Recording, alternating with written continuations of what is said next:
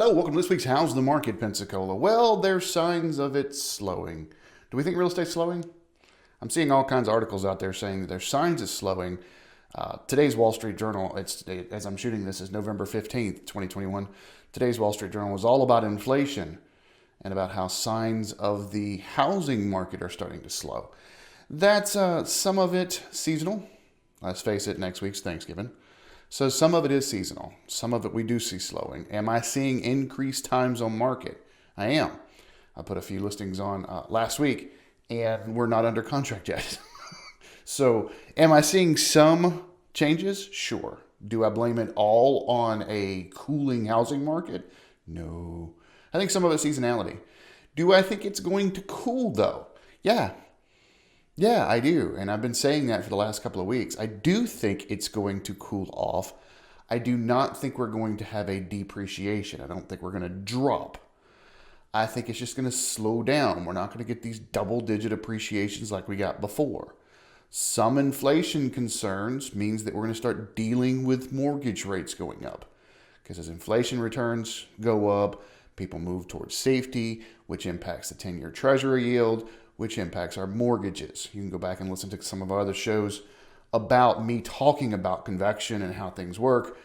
Matter of fact, I may just shoot some other training stuff here on this channel for YouTube to show exactly how that works. But do I think that that's impacting us some? Sure I do.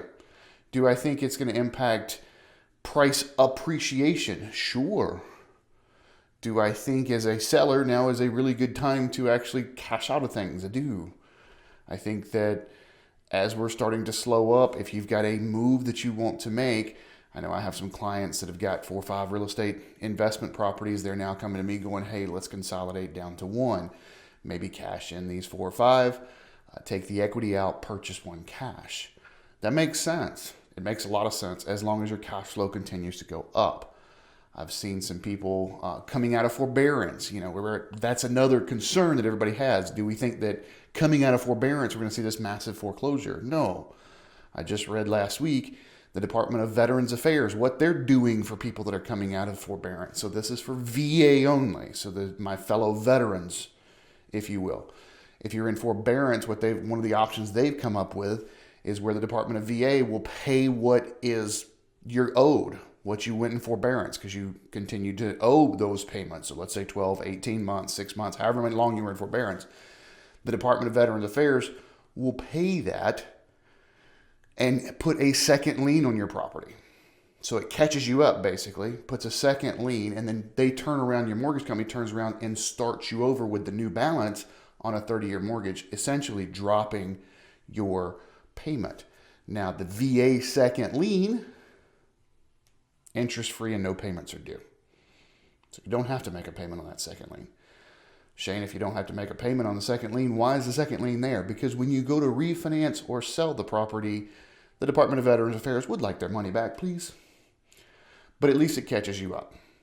That just goes to show you with all these people saying people coming out of forbearance, we're going to see this massive foreclosure. No, we're not. Because we saw massive appreciation. This is not 2008 all over again. It's just not. Inflation worries. That worries me some. As a student, I've been doing real estate and finance since the late 90s. But in the 80s, I was paying attention to it. I was a kid, but I was paying attention to it because my parents were involved in it.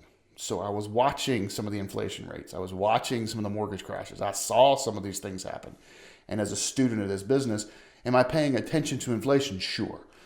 Do I think it's going to impact our area to where we see depreciation? I do not. I just think we're going to slow down to a 1, 2, 3, 4% a year appreciation, which is a normal market. The other reason why I don't think we're going to see any depreciation is the numbers that you're seeing right now. We still have a supply side issue. No different than some of the other parts of the economy that have a supply side issue. We do not have enough property here to meet the demand. So that means that prices are going to continue to rise. And there's nothing pointing to anything different than that over the next 5 years anyways. Again, do I think we're going to see double digit? Probably not. But do I think we're going to see single digit and continued appreciation? Yeah. So for the buyers thinking about, hey, let's wait, which I hear that a lot this time of year. Let's wait till after the first year. Let's just wait. I hear that from both sides of the equation. Let's just wait till after the first year. I get it. Our spring buying season in the Panhandle of Florida usually starts in January because we're still warm compared to the rest of the country. So I understand waiting a month or two if you want to do the holiday thing. Although I think you can find better deals in November and December because there's a lot of people that are waiting. And I think that as a seller, you may be able to get a little more money because there's some people that are serious. That's a different conversation. Anyways, I spoke about our supply issue. Let's take a look. Let's get over to Escambia in Santa Rosa County right now. Let's go.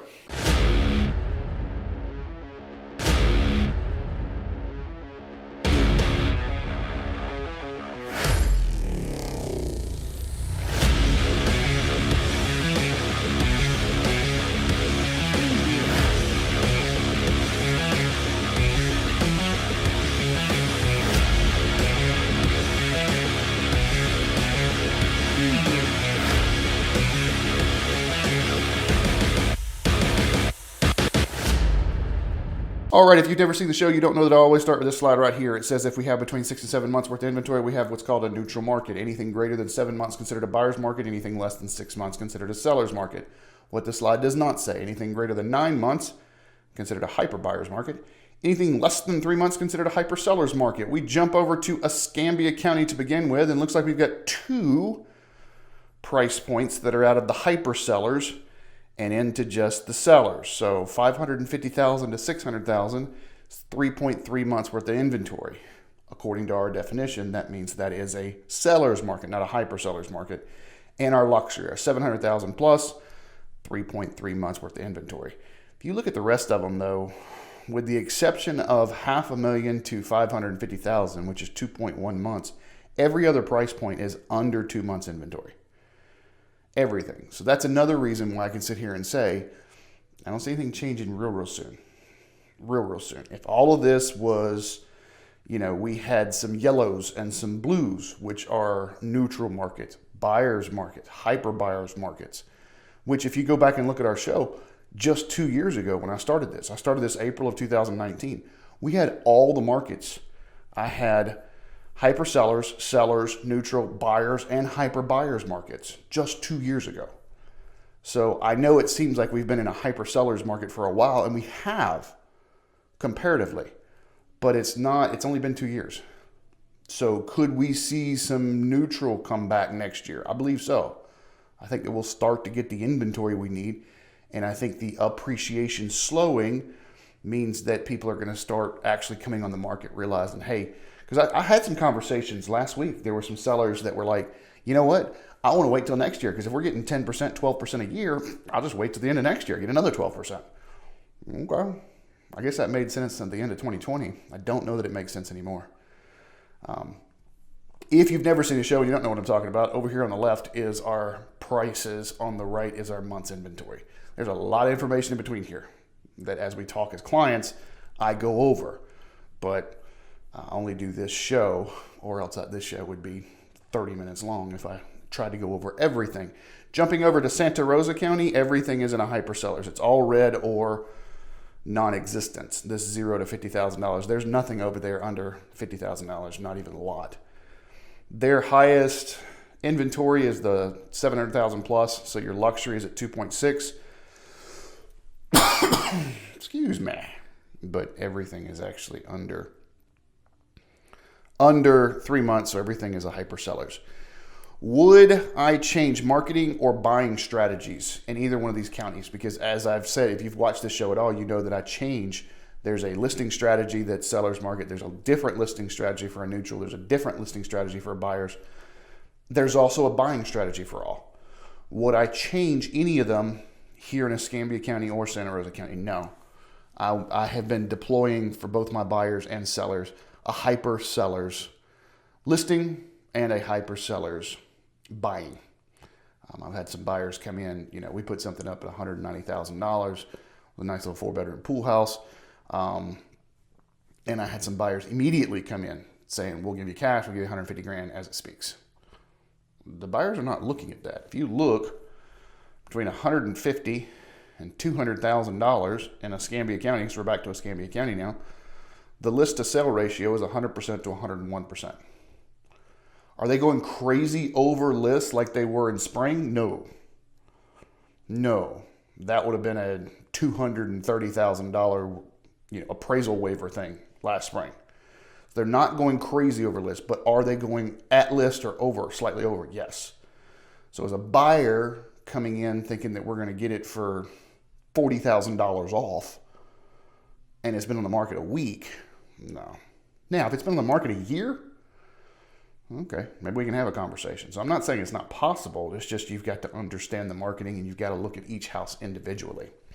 So that's our numbers for this week. I always end the show talking about our instant offer program, which has picked up popularity the last 2 weeks. I have been busy with people asking me to come give them an instant offer on the property to close by the end of the year.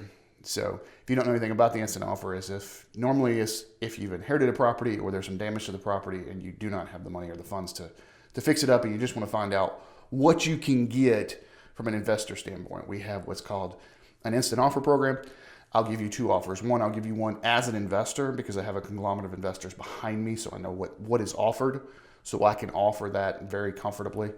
And then I'll tell you what I think you can get if you put it on the MLS. So usually that winds up being a little higher. But if we don't have time for that, like one of the people I talked to is like, it was last week and we need to close by Thanksgiving. Well, if you're thinking about it, the day I'm shooting right now, Thanksgiving's next Thursday. So what's that, 10 days away? We're hoping title work will come back, but it should.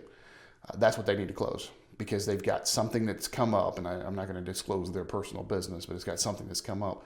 That's when they need the funds. That makes sense. And I told them this is what we can get for that. They're happy as a lark. Happy as a lark. It'll be a good little rental. So we picked it up as a rental, but it's fantastic. So that program works for a lot of different people, especially if you don't have the funds to fix it up. But it also works for those that get a good floor. I've always said that on the end of these shows. If you're looking for a floor, hey, this is what I'd get as an investor. Now let's test the market. If we can't get higher, we know this is the floor. So it worked out well for pretty much, I just launched this program this year.